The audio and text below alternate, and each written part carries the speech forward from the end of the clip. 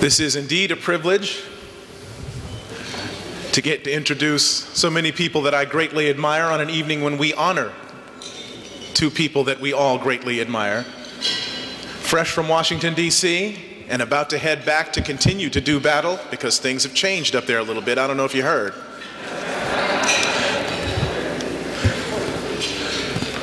We'd like to welcome Congresswoman Maxine Waters.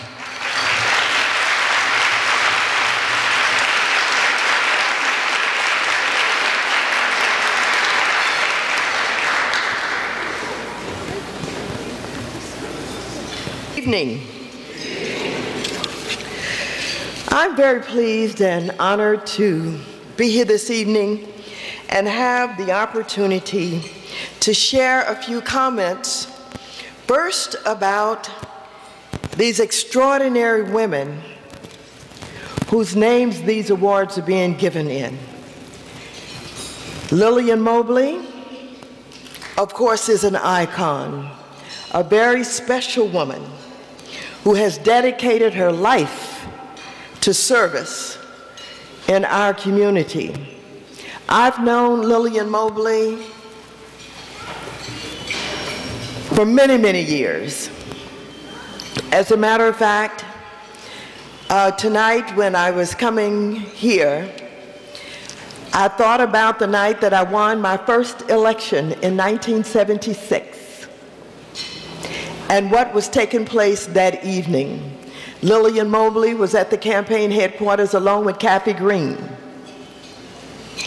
And Tom Bradley showed up, and Lillian Mobley reminded many of the people who were showing up that evening what we had gone through to get to the point of winning that election. And of course, Lillian and I have worked on many, many projects. But Lillian has been the leader. Whether we talk about the establishment of our Southwest College or Charles Drew, Martin Luther King, the senior center that she founded, Lillian has been there to provide leadership for our community in areas where others did not dare go. She's sitting here this evening looking as cute as she can be, with a big smile on her face. But don't let her fool you. This is a tough lady. She's tough because she stood up against the odds. She's dared to enter where others would not go. And I know that Diane Watson had some words of commendation to say about her, but would you please just give her another round of applause?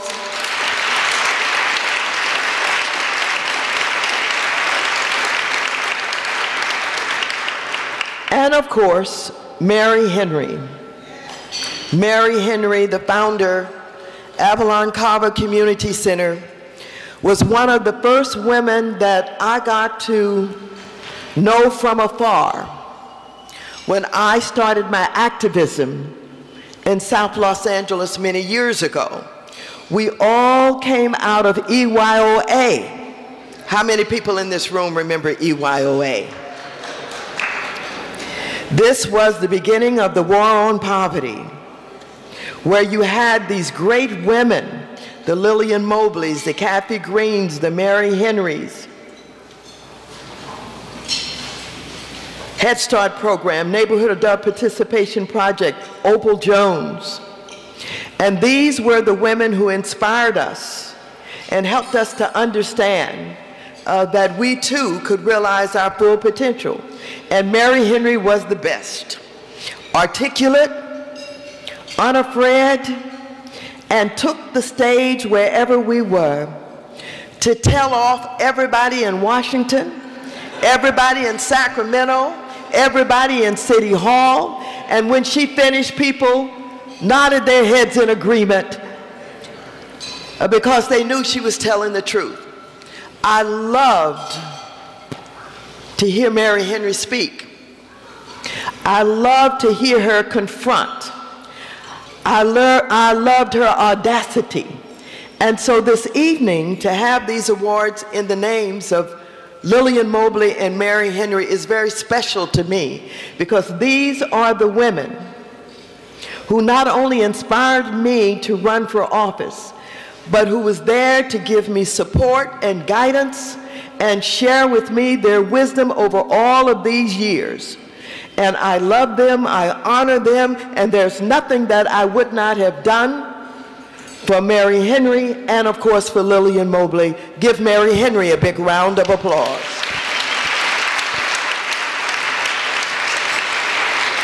The honorees this evening are very special.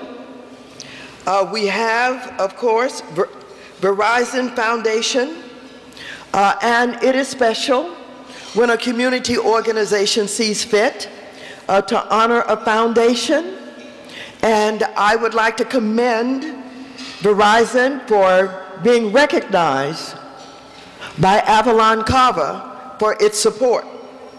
And I would like to thank the First Lady for the leadership that she's providing, dealing with obesity in our young people and in this nation. She's taken on a subject that has created a buzz, and we're beginning to talk about it in so many ways.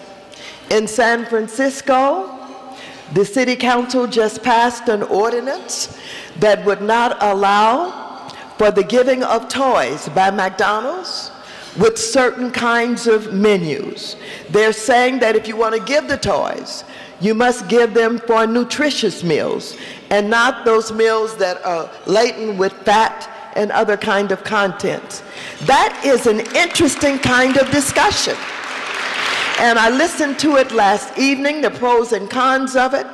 And in the end, I thought to myself, if it had not been for Michelle Obama, we wouldn't be in this discussion. But for Michelle Obama, we would not be thinking about whether or not our communities have too many fast food places that serve up the kind of food that does not do us well. We would not be talking about what is on our school menus. And so I'd like to thank Michelle Obama and give her a big round of applause for the recognition that she's receiving. But I've saved my last words for my dear friend, Paul Devan.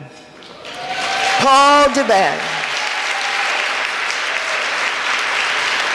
Paul Devan was one of those who came out of that time that I alluded to, the war on poverty.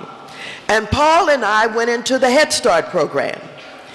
We went into the Head Start program because we were so excited about the fact that the government recognized that if you give families and little children an opportunity to come in contact with education, to learn the value of books, to learn self-esteem, if we provided for young children the same opportunities that were provided for well-off children from well-off families who could afford early childhood education, that our children too could enter into elementary school ready to learn with an appreciation for books and already having built self-esteem. And we could teach the families how to give support to those children by placing their pictures on the wall. When Head Start came into being, we discovered that children from our communities had not been 20 miles from home. And so Paul Devan was a pioneer, while I and others came into the Head Start program in different ways. I came in as an assistant teacher, and I ended up being the supervisor of parent involvement and volunteer services. Paul Devan realized we could run the stuff. We could run it, and so Paul Devan and the Young Turks, who understood the importance of the war on poverty and the opportunities that were being provided for us to realize our potential, to move our families forward, to move our communities forward, was truly a pioneer who not only challenged many of the assumptions that were in the forefront of trying to build this war on poverty. But he helped to guide those who came from Washington, Sergeant Shriver and all of them, in understanding how to really get it done. So Paul DeVan ended up with training and research, one of the best Head Start programs in the nation. In the nation.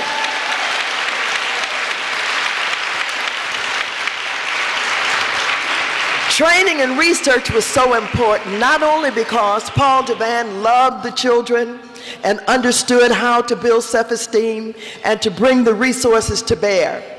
He really had an appreciation for parental involvement. And that's where we really connected, because that's where I played a role. And that's where I became supervisor in another program. At the time, we had 13 delegate agencies. And parent involvement was at the core of the work that we did. We understood that if parents really understood they could take control of their children's educational destiny, that we really did stand a chance in moving our communities forward and challenging the status quo. Paul DeVan not only grew and developed training and research, expanded it, moved it into new communities, but many of those people who came to work for us were parents, who came to work for training and research were parents. They went back to school, they got degrees, and he ended up hiring them in the program. Another round of applause for Paul DeVan. Paul DeVan is no longer with us, but he shall never be forgotten. He was an important leader in our community. He was important to many of the young people who started out in Head Start, because we started out in the beginning of Head Start 40 years ago.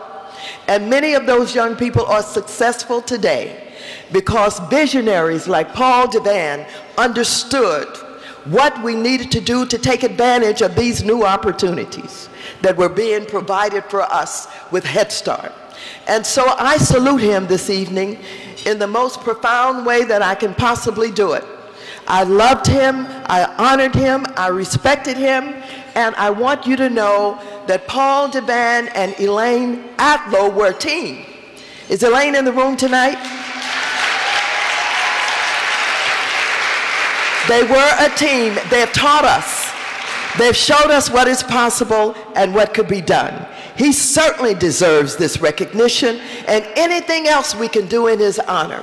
And so I would like to thank Avalon Carver this evening for allowing me to come here and share with you much of my life and the life of those that I love.